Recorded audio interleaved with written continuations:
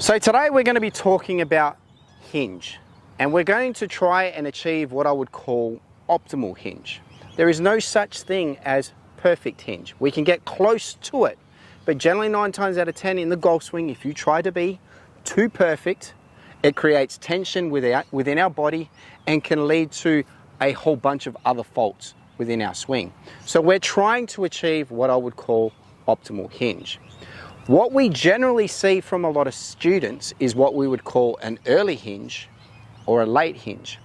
So let's define these two faults so you understand what these faults are. So if you film yourself and you see this, you start to understand what other faults it can cause throughout your swing, and then start to put things in place to help you fix that problem. Now, early hinge, what is it?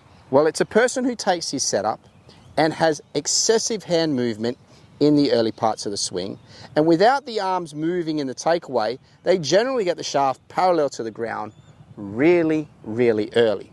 Now, what can this actually lead to? Well, first of all, you can imagine straight away the width of the swing is not there, so you're going to lose a lot of power. Now from here, we generally start to see excessive hinge and cupping of the lead wrist as we move to the top of the backswing. Now what that actually can cause is an open club face. So if you're a slicer, it could be because you're hinging a little bit too early in your backswing.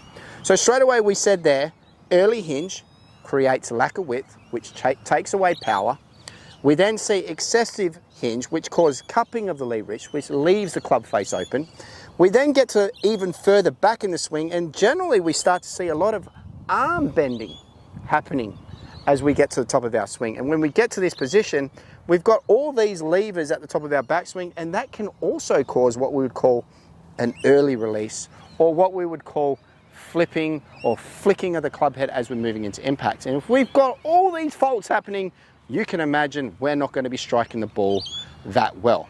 So those are the faults straight away from early hinge. Lack of width, which means lack of power. Excessive cupping of the wrist, which means open club face. Bending of the lead arm, even further narrowing, which then can cause us to early release and cause us to hit poor shots in golf. So if you've got an early hinge fault, now you can see what it can actually cause the whole way through the swing. We then see the person who's trying to maximize width in their backswing and they don't hinge at all. And this person generally looks like they're really rigid and they're trying to get maximum width. And in that move straight away, one of the biggest faults that we actually see with this is a body or an upper body that sways away in the backswing. Now you can imagine if we're getting off our center point, well, we need to make sure that we get back to our center point as we're moving down into impact to actually make effective contact. And you're not going to do that every time. Nobody is perfect. So straight away from the person who has what we would call a late hinge, we get an upper body sway. We also tend to see a club face that disappears around too much, and it causes what we would call, when we get to the top of our backswing, to have a flying trail arm. Now we've got another big issue that comes off that, and if we've got a flying trail arm and we've got all this mass behind our body, we're generally going to redirect that mass and we're going to come over the top. So we never ever want to have what we would call late hinge or early hinge. So then what we need to understand is what optimal hinge would be. If you're going to make a change in your golf swing, you need to do something of a big magnitude to get that change. Exaggerate the feel. So if you're early, practice late. If you're late, practice an early hinge. But now, what is what I would call optimal hinge? Optimal hinge is when you would take your setup and you will create a letter Y shape with your arms in your setup position. And what I want you to do is I want you to maintain that Y shape until your hands start to get outside your trail side leg.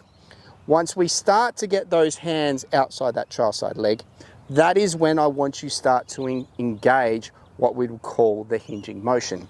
Now, a good hinging motion or an optimal hinging motion would mean that once I got my hands outside my trail side leg and I started to introduce the hinging motion, we would want to try to keep the lead wrist flat or the back of our lead palm flat with our forearm, so it creates a good angle as we're moving up to the top of the backswing.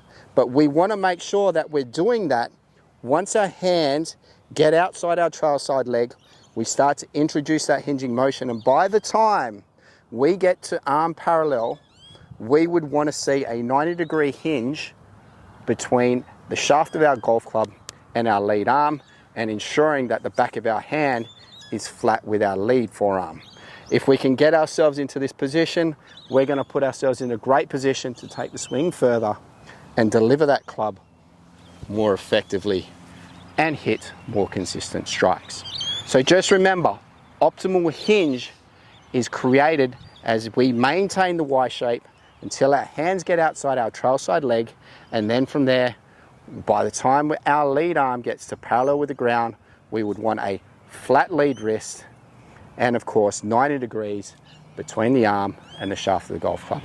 You then maintain that shape all the way to the top of the backswing by making good effective turns. And I always talk about body turn. Body turn is extremely important in the golf swing. It creates a lot of good structures throughout the swing that lead to more effective shots. So now you know what early is, you know what late is, you know what optimal is. Get out there, try and achieve it. But like I said, if you're one or the other, practice like the other fault, and I guarantee you, you'll start to get some change in that golf swing.